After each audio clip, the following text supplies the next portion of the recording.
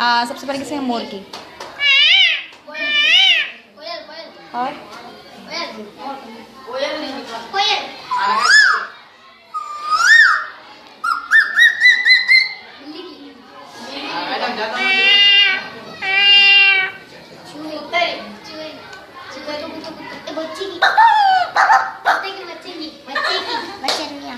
हाथी ना, छोटा वाला बच्चा,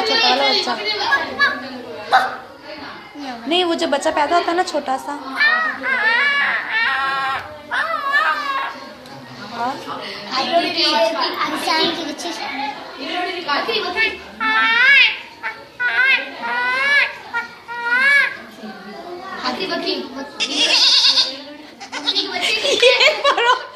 एक बार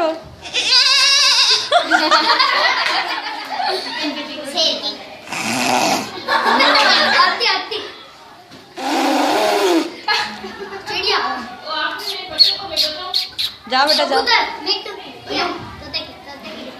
कबूतर